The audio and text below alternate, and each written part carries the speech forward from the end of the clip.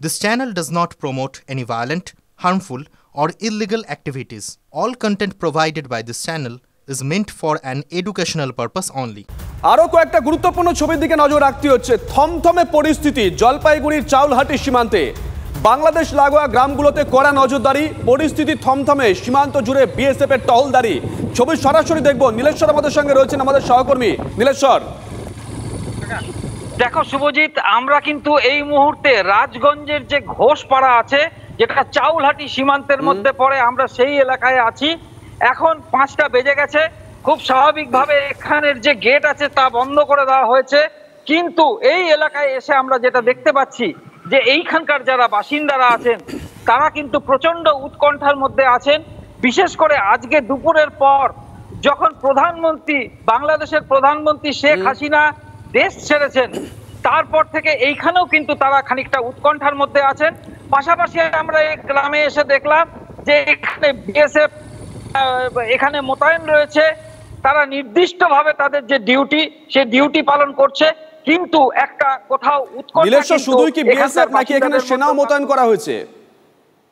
না, এই মুহূর্তে আমরা কিন্তু এখানে কোনো সেনাবাহিনীকে দেখতে পাইনি।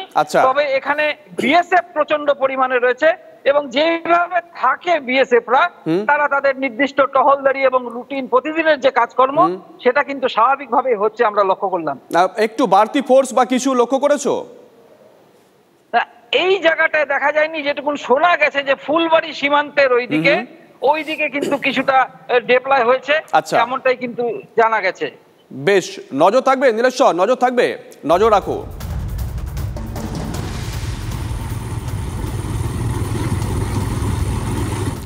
বাংলাদেশে অশান্ত পরিস্থিতি, সতর্ক ভারত। ভারত বাংলাদেশ সীমান্তে কড়া নজরদারি। আমাদের একের পর এক সহকর্মী যে ছবিগুলো দেখাচ্ছিল একটু আগে নীলেশ্বর দেখিয়েছে, উত্তর 24 পরগনার ছবি। সেখানে সীমান্ত এলাকা পরিদর্শনে বিএসএফ এর ডিজি, বিএসএফ এর প্রস্তুতি খতিয়ে দেখলেন বিএসএফ এর ডিজি দলজিৎ সিং চৌধুরী। অরিত্র আমাদের সঙ্গে রয়েছেন। অরিত্র, ডিজি সাহেব গেলেন, কি দেখলেন, কোনো নির্দেশিকা দিয়েছেন কি?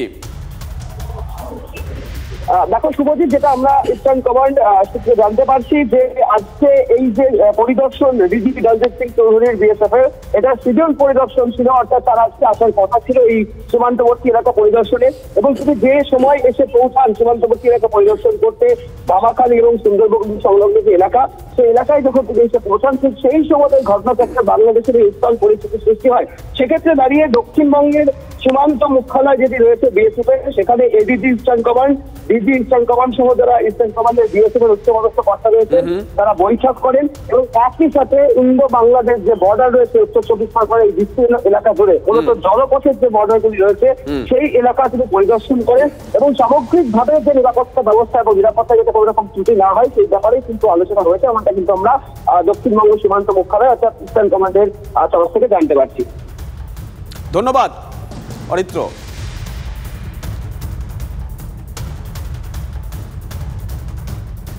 একটু আগে কথা প্রসঙ্গে নীলেশ্বর বলছিল না, ফুলবাড়িতে সীমান্তের ওপারে উত্তেজনা, ফুলবাড়ির সীমান্তের ওপারে বিক্ষোভ, আগুন। ছবি দেখাবো আমরা, ছবিটা দেখাতে বলবো পিসিআর কে।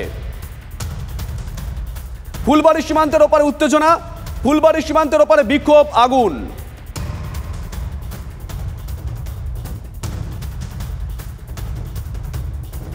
এটা রাজনীতির ব্যাপার। আমরা সাধারণ জনগণ, আমরা শান্তি চান, আমরা শান্তি চাই। শেখ হাসিনা দেশ চালাক, যেই চালাক না কেন, আমরা শান্তি চাই। আমরা কোনো খুনাখুনি, মারামারি এগুলো আমরা চাই না। গত কয়েকদিন ধরে ভালো ছিল না বাংলাদেশ? না, ছিল না। আন্দোলনকারীদের কাছে ভালো হয়েছে, আর যারা তাকে সমর্থন করে তাদের কাছে খারাপ হয়েছে। আপনারা সাধারণ মানুষ যারা, আমাদের কাছে তো মনে করেন গেছে তো মোটামুটি ভালো হয়েছে। আচ্ছা, তো অস্থিরতা কি কমবে? উনি চলে গেলে অস্থিরতা এমনি অটোমেটিকলি কমে যাবে, দেশ শান্ত হয়ে যাবে। ওদের দাবি ছিল সরকারের পদত্যাগ করা, ওদের দাবি ওরা পূরণ করেছে। এখন যদি দেশ ভালো, আমরা চাচ্ছি সামনের দেশ যেন আরও ভালোভাবে চলে, আমাদের এটাই কাম্য। আমরা সাধারণ জনগণ, আমাদের আশা আমাদের দেশ সুন্দরভাবে চলবে, আমরা সুন্দরভাবে চলাফেরা করবো, এটাই আমাদের আশা। বদলে গেল বাংলাদেশের রাজনৈতিক পরিস্থিতি, দেশ ছাড়লেন শেখ হাসিনা। এরপরই আলোচনার ভিত্তিতে বাংলাদেশের সেনাবাহিনী জানিয়ে দিল রাষ্ট্রপতির সঙ্গে আলোচনা সাপেক্ষে সেদেশে সরকার গঠন করবে সেনা। এর জেরে কিন্তু বাড়তি নজর বিভিন্ন সীমান্ত এলাকায়। বাংলাদেশের রাজনৈতিক পরিস্থিতি বদলের জেরে ভারতীয় সীমান্তগুলিতে তার প্রভাব পড়বে কিনা তা নিয়ে উদ্বেগ ভারতের। সে কারণেই সীমান্ত এলাকাগুলোতে কিন্তু হাই অ্যালার্ট ডিক্লেয়ার করা হয়েছে। বিএসএফের পাশাপাশি ইন্ডিয়ান আর্মিও কড়া নজর চালাচ্ছে বিভিন্ন ভারতীয় সীমান্তে। এই সীমান্ত এলাকাগুলো পরিদর্শন করছেন ইন্ডিয়ান আর্মির কর্তারা, একই সঙ্গে বিএসএফের পদস্থ কর্তারাও কিন্তু ফুলবাড়ি সীমান্তে এসেছেন। আমি দেখাবো দূরে ইন্ডিয়ান আর্মির ট্রাক দাঁড়িয়ে আছে, জওয়ানরা রয়েছেন সেখানে।